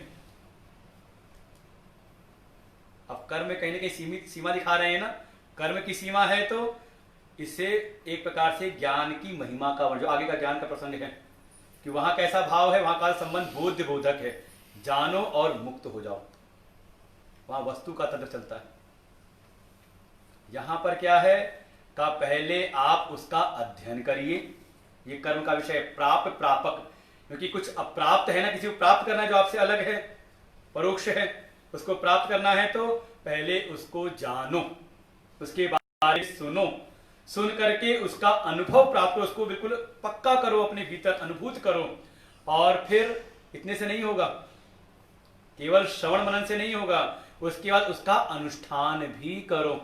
स्वर्ग के बारे में जान लिया तो स्वर्ग की प्राप्ति नहीं होगी, स्वर्ग विद्या को जानो समझो, उसके बाद उसका अनुष्ठान भी करो, अर्थात उसको कहते हैं तृणाचिकेत। जो इसको पहले सुने, भीतर समझे और फिर इसका अनुष्ठान करे, ऐसा जो होता है उसको कहते हैं तृणाचिकेत, ये भाव। फिर ऐसा करके का आया त्रिभी एत्य संधिम, ऐसा करते 3 के साथ उसकी संधि भी हो, संबंध भी हो, क्योंकि कर्म का विषय है। ज्ञान में कहेंगे आत्मस्यार्थे विश्वम त्यजेत, या जो क्रम बताया था, पारिवारिक कर्तव्य, सामाजिक कर्तव्य और आध्यात्मिक कर्तव्य। पारिवारिक कर्तव्य करे तो कोई बहुत पुण्य नहीं, वो हमारा कर्तव्य है, करना ही चाहिए। हम उनके ऋणी, पितरों के हम ऋणी हैं, इसलिए करना चाहिए। नहीं करते हैं तो प्रत्यवाय नाम का दोष। प्रत्यवाय कैसा? वही आशा, प्रतीक्षे, संगतम, संधाम, वो याद कर लें, ये सब चीजें नष्ट हो जाती हैं उसकी। लेकिन जब वही आगे बढ़ेगा सामाजिक कर्तव्य के लिए, तो सामाजिक कर्तव्य करते हुए अगर पारिवारिक कर्तव्य छूटते हैं तो कोई प्रत्यवाय नहीं। लेकिन सामाजिक कार्य न करे तो जिसके हम ऋणी हैं, क्योंकि समाज से, देवताओं से हमने प्राप्त कर, देवताओं के हम ऋणी हैं, तो उनके लिए भी करना अनिवार्य है। आपको समय स्थापित रखना पड़ेगा 3 से, माता, पिता, गुरु, इन दोनों क्षेत्रों में, कर्तव्यों में। लेकिन जब कोई आगे बढ़ता है इन सब कर्तव्यों करते हुए आध्यात्मिक कर्तव्य के लिए, तो उस आत्मज्ञान की प्राप्ति के लिए कहते हैं आत्मस्यार्थे विश्वम त्यजेत यद हरेत तद व्रजेत। जिस क्षण वैराग्य उत्पन्न हो उस आत्मज्ञान के लिए, अगर वो सबको त्याग कर दे, आप समझें, सर्वधर्मान परित्यज्य, अगर उस आत्म तत्व की प्राप्ति के लिए, अगर भगवत प्राप्ति के लिए ही अगर वो सब सारे धर्मों का, सारे कर्तव्यों का, पारिवारिक, सामाजिक, सबका अगर त्याग भी कर दे तो कोई प्रत्यवाय नहीं। लेकिन लक्ष्य हो आत्मज्ञान, आध्यात्मिक कर्तव्य, तब आलस्य से, प्रमाद में आकर के कर्तव्यों का त्याग कर रहा है तो, या कुछ कर्मों में, कर्तव्यों में क्लेश मिल रहा है, विषमताएं आ रही हैं, दुख मिल रहा है और छोड़ दिया उस क्लेश से, तो तब प्रत्यवाय नाम का दोष। इसलिए ये कर्म की विद्या है, तो जब तक कर्म के क्षेत्र में है तो 3 के साथ हमारा संबंध बना रहे। अर्थात संबंध का मतलब ममता वाला संबंध नहीं, कैसा संबंध? उनके अनुशासन में रहे, ये है संबंध। ममता के लिए कभी आने के संबंध का मतलब, यहां अब उपनिषद की बात चल रही है तो वहां ममता तो, या ममता तो तोड़नी है। यहां पर आपको मुस्कुरा रहे हैं आपको बात चल रहा है कि अब इनकी अर्धांगिनी, उनका नाम ही ममता है। कहते बार मुझसे कहते हैं कि कैसे ममता को छोड़े, हमने पकड़े रही वही आपको छोड़ के चली जाएंगे एक दिन चिंता ना करिए, आप नहीं छोड़ेंगे तो वही सब छोड़ के जाने वाले हैं एक दिन। आप छोड़ दोगे तो ठीक है, नहीं छोड़ोगे तो दूसरा छोड़ के चला जाएगा। तो 3 के साथ भगवान भास्कर इसलिए कहते हैं इसको प्राप्य त्रिभिर मातृ पित्र आचार्य आचार्य इत्य प्राप्य संधिम संधानम संबंधम मात्राद्य अनुशासनम। ये है मुख्य बात। यथावत प्राप्ति एतत्, कि जो कहा 3 के साथ संबंध, तो 3 के साथ किसके साथ में कहा? त्रिभिर भी, मातृ, पितृ और आचार्य। जब तक कर्म के क्षेत्र में है, माता पिता का मान सम्मान, इसलिए पारिवारिक कर्तव्य परम अनिवार्य है। आप छूट नहीं सकते, छोड़ नहीं सकते, करना ही करना है आपको, कैसी परिस्थिति भी हो। फिर आचार्य, उनकी कृपा है ना, ऋषियों की कृपा, संतों की कृपा, गुरुओं की कृपा है तो उनके प्रति भी हमारा संबंध रहे। ये नहीं कि अब बस ज्ञान हो गया, अब तो हम मुक्त हो गए, अब गुरु की क्या आवश्यकता है। का ये केवल मूर्खों का वचन हो सकता है, कोई मूर्खता में पड़ा हुआ हो या अहंकार में हो, अहंकारी मूढ़ आत्मा, अहंकारी मूढ़ हो, वही कह सकता है इस बात को कि हमें जरूरत नहीं रही। तो क्या भाव है इससे संबंध का? कहा अनुशासनम यथावत, जैसा उनका अनुशासन है, जैसा माता पिता का संस्कार है उसके अनुरूप। बस संस्कार कहा गया, कुछ संस्कार नहीं कहा गया। अब ये नहीं कि एक बात कह दी तो हमने पकड़ ली, भगवान ने कहा, भगवान भास्कर ने कहा है, पिताजी कहते हैं बैठो बैठक ताश खेलें, तो नहीं, फिर समझना पड़ेगा। फिर पिता पूज्य हैं, वंदनीय हैं, पितृदेव भव, लेकिन अगर गलत मार्ग पे हैं तो अनुकरणीय नहीं है। कैसे समझें? का प्रहलाद की कथा है। कभी उनकी निंदा नहीं की पिता के, कभी उनका तिरस्कार अपमान नहीं किया, लेकिन उनके कहे हुए मार्ग का कभी अनुकरण भी नहीं किया। जो भगवत भक्ति के मार्ग पे है, चाहे कितनी विषमताएं आए, उस मार्ग पे डटे रहते हैं। तो समझना पड़ता है, केवल शाब्दिक अर्थ लेकर नहीं चल सकते आप। नहीं केवल लोग शास्त्रों में दोष निकाल लेते हैं, अपने मन की बात को सिद्ध करने लगते हैं, वो ऐसा नहीं। बिल्कुल यहाँ पर उनके संस्कारों के अनुरूप, जो उनके अच्छी शिक्षाएं हैं, संस्कार हैं। हाँ, माता पिता अगर सत्संगी है तो बेटा भी सत्संगी हो, ठीक है, जीविका चलानी सब कुछ, लेकिन सत्संग के साथ में सत्संग के संस्कार के अनुसार का इनके अनुशासन के अनुरूप माता पिता और आचार्य की शिक्षा के उनकी शिक्षा में तदहि प्रमाण कारणम श्रुत्यंतराद। इसी विषय में एक श्रुति का प्रमाण और भी है कि कहीं पर कोई सभा लगी थी। अब इसकी पुष्ट कर रहे हैं इस बात को कि कहीं पर सभा थी, वर्णन आता है बृहदारण्यक श्रुति में। तो उस पर जब कुछ बोलना था, शायद बहुत लोग खड़े हुए बोलने के लिए, तो वहां एक ने खड़े हुए कहा मातृमान पितृमान आचार्यवान ब्रूयात। इस सभा में जो मातृमान हो अर्थात जिन्होंने अपनी मां के अनुशासन को माना हो, श्रेष्ठ अनुशासन को, उनकी श्रेष्ठ शिक्षाओं को जिन्होंने आत्मसात किया हो, फिर पितृमान पिता के शिक्षाओं को जिसने अपने जीवन में बिल्कुल अनुकरण किया हो, सत शिक्षाओं को, और जो आचार्यवान हो जिन्होंने अपने आचार्य की बात को ही प्रमाणित कर रखा हो, प्रमाण बुद्धि से स्वीकार किया हो, ऐसे जो कोई हो वही इस सभा में बोले। ये कहा जाता था पहले, उपनिषद की बात है, वेद की बात भी यहां पर का ऐसे तीन से संबंध जोड़ करके फिर इसी को और समझा दिया।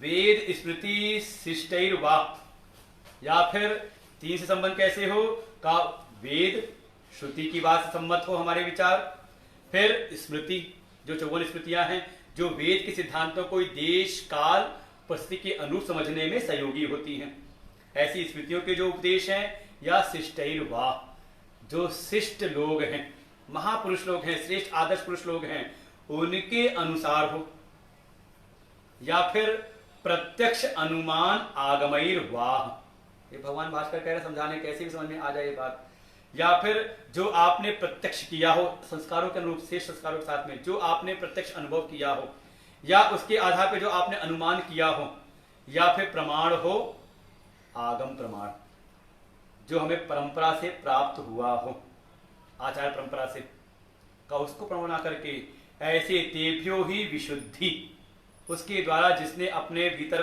अपने अंतःकरण को शुद्ध कर रखा हो, अर्थात अंतःकरण की शुद्धि परम अनिवार्य कर्म के मार्ग में भी, ये नहीं केवल ज्ञान के लिए। अगर आपको यज्ञ आदि भी करना है, अग्नि विद्या के द्वारा स्वर्ग की प्राप्ति करनी है, तो अंतःकरण की शुद्धि वहां पर भी परम अनिवार्य है, बचना नहीं है इससे। नहीं अभी तो हम कर्म के मार्ग में चल जाएगा, बिल्कुल अपना पारिवारिक सामाजिक जो व्यवहार है वो परम शुद्ध होना चाहिए, अनैतिक ना हो, नहीं तो आपको फल की प्राप्ति नहीं होगी। इसी कथा में कह देंगे कि धर्म की पत्नी थी मूर्ति देवी, तो जब मूर्ति देवी और धर्म का संयोग हुआ तो भगवान नर नारायण रूप में प्रकट हुए, अर्थात जीवन में हो धर्म की स्थापना, कर्तव्य का बोध बना रहे, और अपने नित्य नैमित्तिक कर्मों के साथ में हम मूर्ति की उपासना करें, भगवान के विग्रह की उपासना करें, तो भगवान की प्राप्ति होती है। ये नहीं कि समाज में दिखाई देता है वो अधर्मी व्यक्ति बड़ी बड़ी पूजा पाठ करते हैं, कुकर्म में भी लगे रहेंगे, वो जितना बड़ा गुंडा है उतनी बड़ी पूजा भी करता है। ये फिल्मों में दिखाया कई बार, ये गलत विषय प्रसारित करते हैं फिल्मों वाले, बचना चाहिए इन संस्कारों से। कुछ भी करते रहे पूजा करे का कोई फल नहीं। यहाँ कह दिया विशुद्धि का माता पिता आचार के श्रेष्ठ संस्कारों श्रेष्ठ शिक्षाओं के द्वारा जिसका अंतःकरण बिल्कुल विशुद्ध हो चुका हो, वो नित्य तीन कर्म करते हुए त्रिकर्मकृत, उसको समझाया त्रिकर्मकृत क्या है, त्रिकर्म कृत कृति इज्ज अध्ययन दाना नाम करता तरति। तीन कर्म करता रहे जीवन में, इज्ज यज्ञ करे, ये नित्य कर्मों में ही है, मतलब नित्य मतलब रोज ना कर सके कम से कम ऑकेशनली करते रहें, पूर्णिमा अमावस्या वगैरह जो आती तिथियां, तो समय समय पे यज्ञ करते रहें। ये नहीं जीवन में कभी एक बार किया था कहीं गए थे तो वो नहीं, कहा यज्ञ करते रहें। फिर अध्ययन, स्वाध्याय भी होना चाहिए, स्वाध्यायी होना चाहिए, अपनी सामर्थ्य के अनुसार भागवत रामायण गीता उपनिषद इन श्रेष्ठ ग्रंथों का वैदिक शास्त्रों का अध्ययन करना चाहिए नित्य रूप से। फिर दाना नाम, दान की वृत्ति भी हो, त्याग वृत्ति भी हो जीवन में, ये नहीं केवल इकट्ठा करना है। तो कहा धन की श्रेष्ठ गति है दान, बाकी की चिंता आप अपने आप चिंतन कर लें, पता है सबको, और नहीं करता है तो अंततः उसका फिर नाश होता है। तो दान करें अपनी, क्योंकि जो संपत्ति है उसकी सीमा है, वो देश से सीमित है। जो भी आपकी संपत्ति है, केवल एक संपत्ति, एक ऐसी पूंजी है जिसकी कोई देश काल की सीमा नहीं, वो है आपकी दान। यहां आप दान करो तो सोचता आपको कहीं अमेरिका जाए, वहां भी उसका लाभ मिल जाए, और सबसे बड़ा लाभ क्या है कि परलोक में मिलेगा आपको उसका लाभ। लेकिन यहाँ की जो पूंजी है वो केवल यही चलेगी, वहां जाना है तो बदल के जाओ, फिर वहां से आओ तो वहां बदल करके लाओ। ये सब सीमाएं हैं सबकी पूंजी की। केवल एक दान है कि आप जो पूंजी उसका दान करें तो उससे जो संपत्ति प्राप्त होती है, जो अर्जन होता है अर्थ का, वो हर जगह कार्य आता है। इसलिए 3 कार्य, यज्ञ, अध्ययन और दान। भगवान कहेंगे गीता जी में लास्ट में, यज्ञ दान तपः कर्म न त्याजमिति चापरे। यज्ञ दान तपः कर्म पावनानि मनीषिणाम, ये 3 बार बोला है 18वें अध्याय में, ये 3 सूत्रों को, यज्ञ, दान और तप। अब तप कैसा है, कहा तप की परिभाषा में बहुत सारे आते हैं, तत्संयमनि, और मुख्य जो है वेदांत में तप को कहा यस्य ज्ञानमयम तपः, कि ज्ञान की प्राप्ति बड़ा तप होता है। नित्य स्वाध्याय करना हो तो कितने दिन गीता का पाठ चला, 1 महीने चला कम से कम, तो मतलब चलो पूरी हो गई, मतलब एक बार, नहीं कष्ट हुआ ना पढ़ने में, उसी समय नींद आएगी, उसी समय काम याद आएगा। इनको बताया मैंने कहा खुद पढ़ा लिया पूरी गीता जी को एक तरफ से, जो ना समझ में आए पूछते रहिएगा पूरा। फिर आपने किया कठोपनिषद, कई बार पाठ कई वर्षों से करते आ रहे हैं, आसान होता है करना, उसी समय उबकाई आएगी, उसी में नींद आएगी, मन में कोई काम याद आएगा, पढ़ना इतना आसान नहीं है। स्वाध्याय एक तप है, स्वाध्याय करना, नित्य स्वाध्याय बड़ा तप है। हम लोग कहते हैं गुरुदेव की ऐसी कृपा है, मैं प्रवचन करने मुझे इसीलिए मन होता है, कई बार मन उब जाता है प्रवचन सुनाने, लेकिन लगता है कि इसके द्वारा कम से कम स्वाध्याय तो कर रहे हैं, 2 घंटे 3 घंटे बैठ करके। सुबह अगर 1 घंटे सुनाना है तो उसके लिए 1 घंटे 2 घंटे बैठ के पढ़ना है, फिर शाम को सुनाना है तो फिर पढ़ना है, तो स्वाध्याय ये तप है। खासतौर से वेदांतियों के लिए, जो अपने को वेदांती मानते हो, हाँ हम बड़े वेदांती और पढ़ते कुछ ना हो तो वो केवल नाम के वेदांती हैं। कोई कुछ दिन बाद पक्के वेदांती हो जाएंगे तो सारे दांत धड़ जाएंगे ना, पक्के वेदांती हो जाएंगे। लेकिन वेदांती हो तो कहा बिल्कुल अध्ययन। जो ऐसा करता है, करता ऐसा करने वाला तरती अतिक्रामती जन्म मृत्यु, का वो जन्म मृत्यु को पार कर जाता है, कम से कम इस मनुष्य लोक से तो पार हो जाता है, शेष लोगों की प्राप्ति करता है, निम्नगमन नहीं करता। हाँ अधोलोक जाएगा तो वहां जन्म मृत्यु है, कीट पतंग आदि में आप योनियों में जाएंगे तो, लेकिन श्रेष्ठ में गए तो कहा वहां जन्म मृत्यु नहीं होती। फिर कहा ब्रह्मजज्ञम, का ब्रह्मणो हिरण्यगर्भ जातो ब्रह्मज, कि जो ब्रह्मा से ही, ब्रह्म अर्थात ब्रह्मा मान ले, जो आदि पुरुष हैं, या उसे कहा हिरण्यगर्भ, उनसे जो प्रकट हुई, शायद ब्रह्मा जी के मुख से ही का चारों वेद प्रकट हुए, रचनाकार नहीं है, का उनकी श्वास प्रश्वास में प्रकट हुए। तो ये विद्या भी, अग्नि विद्या भी उनसे प्रकट हुई। फिर ये जड़ नहीं है, कहा ज्ञः, सर्वज्ञ है, उनसे प्रकट हुई है, और साथ में सर्वज्ञ ही असो, इसलिए इसको कहते हैं कई बार यज्ञ पुरुष रूप में, अग्नि को जैसे अग्नि।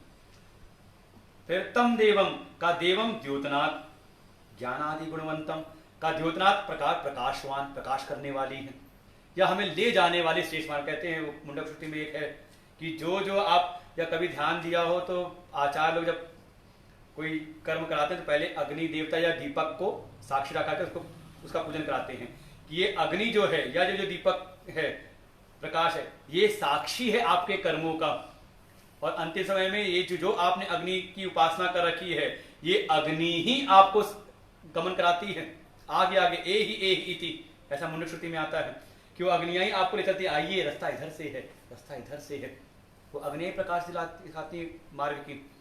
तो ऐसे का जो ज्योतनाथ प्रकाश करने वाली हैं, या जो सब कुछ दिलाने वाली हैं, ये अग्नि उपासना है, सारी संपत्तियां प्राप्त कराने वाली है। भाई सुना तो है पुत्र कामेष्टि, यज्ञ कर लो, श्री की प्राप्ति करनी है तो यज्ञ कर लो, तो ये आपको भौतिक संपन्नताएं प्रदान करने वाली है अग्नि। ये गुणवंतम, ज्ञानादि गुणवंतम, ज्ञानाद से युक्त होते हुए कहा ये पूज्य है, स्तुति योग्य है, ईड्यम, ऐसे को जो जाने तक धृत्वा शास्त्रतो निश्चय दृष्टवा च आत्मभावेन, का इसको जो कोई जान लेता है, कैसे का आत्मभावेन, हम लोग विराट रूप में जान ले कि अग्नि केवल वो यज्ञ विधि वाली अग्नि नहीं, बल्कि जो सारे ब्रह्मांड में व्याप्त है, जो सारे रूप आकृति की अधिष्ठान रूप में है। कल भी बड़ा चिंतन किया था इसके ऊपर कि रूप आकृति का आधार क्या है? कहा तेज। तो ऐसी उसको अपने भीतर भी सर्वत्र व्याप्त उसको समझ लिया आत्मभावेन। अब यहाँ आत्मा ज्ञान वाला मत करके आना, अभी अभी कर्म की विषय चल रहा है। आत्मभावेन सबुद्धि प्रत्यक्षाम शांतिम, ऐसा करके जो कर लेता है, जो जान लेता है, ऐसा अनुभव कर लेता है, वो बिल्कुल प्रत्यक्ष शांति को अनुभव करता है। जैसे अभी सत्संग बैठे हैं तो शांति आपको बतानी पड़ रही है कि नहीं? मन शांत, अशांति है कोई मन में? कोई चिंता, कोई व्यथा अगर है तो मतलब आप यहाँ पे हो नहीं, फिर मन कहीं, आप बैठे शरीर से लेकिन मन कहीं और है। लेकिन सत्संग में बैठे तो कई बार लगता है कि 1 घंटा तो बीत गया, क्या सवा घंटा हो रहा है, टाइम ज्यादा हो गया। क्यों है? कैसी शांति है कि मन गया ही नहीं था उधर का, प्रत्यक्ष शांति की अनुभूति होती, इसको जानते ही। इसलिए उपरप्ति अत्यंतम अति अशयति वैराजम पदम ज्ञान कर्म समुच्चय अनुष्ठाने प्राप्नोत इत्यर्थ। वो विराट पद को प्राप्त कर लेता है इस अग्नि विद्या के द्वारा। कैसा है? कहा ज्ञान कर्म समुच्चय अनुष्ठानेन। यहां पे एक समुच्चय है ज्ञान और कर्म का, क्योंकि कर्म परक विद्या है ये, तो पहले जानो और फिर उसका समझ करके फिर अनुष्ठान करे, वही है नाचिकेत। करने से का वो विराट पर की प्राप्ति कर लेता है। तो वैश्वानर कहा था ना, ऐसे अग्नि के रूप में का सबके रूप में अपने को देख लेता है, सबके भीतर अग्नि के रूप में देख लेता है अपने आप को। तो ऐसा ही क्या कहते हैं, श्रेष्ठ देवत्व की प्राप्ति कर लेता है। अब देवत्व की प्राप्ति कर ली तो देवता केवल लोक में नहीं है, बल्कि सबके भीतर है। जहां भी कहीं इंद्रियां हैं, मन है, तो इंद्रियों के अधिष्ठात्र देव रूप में व्याप्त है ना, तो ऐसे ही वो विराट रूप प्राप्त कर लेता है। सब जगह उसकी स्थिति अपनी दिखने लगती है उसको, एक महानता को प्राप्त कर लेता है, कह सकते सब चीजें ऐसा। फिर पुनः उसके फिर फल का बताया तो हम लोग शाम को सुनते हैं। आज तो 15 ज्यादा हो गया, परम शांति मिल गई ना इस ज्ञान के द्वारा। तो मुख्य रूप से इस अग्नि विद्या का जो 3 बार चयन करता है, 3 बार अनुष्ठान करता है, वो है त्रिनाचिकेत। या फिर इस अग्नि विद्या का पहले श्रवण करे, अध्ययन करे, फिर इसका विज्ञान, इसको अनुभव करे, समझ ले, और फिर जो इसका अनुष्ठान करे। दोनों बातें हैं। ठीक है, हमने नहीं समझा तो किसी आचार्य के द्वारा 3 बार अनुष्ठान करा दिया, या फिर स्वयं करना है तो पहले सुनो, समझो और फिर करो। ऐसा जो है उसको कहा त्रिनाचिकेत। करते हुए क्या करे? का 3 से संबंध बनाए रखे, क्योंकि कर्म के क्षेत्र में है ना अभी, तो माता पिता पूज्य हैं, उनके द्वारा जो श्रेष्ठ शिक्षा है, माता पिता और आचार्य, मातृ देवो भव, पितृदेवो भव और आचार्य देवो भव। इसलिए कहा गया इनकी श्रेष्ठ शिक्षाओं को, इनके श्रेष्ठ संस्कारों को आत्मसात करे, इनके अनुशासन में रहे। माता पिता के अनुशासन में रहा जाता है, उनको अनुशासित नहीं किया जाता। ऐसी आचार्य के अनुशासन में रहा जाता है, उनको अपने साथ नहीं चलाया जाता। ऐसे रहते हुए फिर इसी भाव को और व्यक्त किया कि श्रुति, स्मृति और शिष्ट महापुरुषों के अनुशासन में, या फिर प्रत्यक्ष, अनुमान और आगम, इन तीनों को प्रमाण बना करके जो जीवन में 3 कर्म करता रहता है, कौन कौन से? यज्ञ, अध्ययन और दान। नियम से नित्य उसका रूप है, करता है वो। इसके द्वारा अंतःकरण की शुद्धि के द्वारा इस जन्म मृत्यु को पार कर जाता है, क्योंकि ये विद्या कैसी है? साक्षात ब्रह्मा से ही प्रकट हुई है, सर्वज्ञ है। जड़ वस्तु आपको कोई उपलब्धि नहीं करा सकती, चेतन ही करा सकता है। तो चेतन स्वरूप है, ज्ञान स्वरूप है, ऐसी वो अग्नि है। बल्कि ये आपको आपके आगे के मार्ग प्रकाशित करने वाली है। ये स्तुति योग्य है सारे गुणों होते हुए भी। इसलिए इस अग्नि विद्या की, इसलिए हम यज्ञ हवन करने के उपरांत स्तुति करते हैं अग्नि की। या किसी भगवान की उपासना करनी हो, किसी देव की, तो उसका करने स्तुति करते हैं, उनकी महिमा का गायन करते हैं। ऐसा जो जान लेता है का वो यही प्रत्यक्ष रूप से शांति, बड़ी शांति है। सुन रहे हैं सत्संग तो बड़ी शांति है, ले आएंगे जीवन में तो कहा परम शांति की प्राप्ति हो जाएगी। तो ओम पूर्णमदः पूर्णमिदं पूर्णात् पूर्णमुदच्यते पूर्णस्य पूर्णमादाय पूर्णमेवावशिष्यते। ओम शांति शांति शांति। हरि ओम। श्री गुरुभ्यो नमः। हरि ओम। बोला था सुबह का समय भी 1.5 घंटे रखना चाहिए था। पता कि वो है कि विषय भी ऐसा चल रहा है ना, बिल्कुल भाषण लेके चले, जैसे गुरुदेव पढ़ाते हैं। घोषित रख लीजिएगा। अच्छा हो तो गया आज।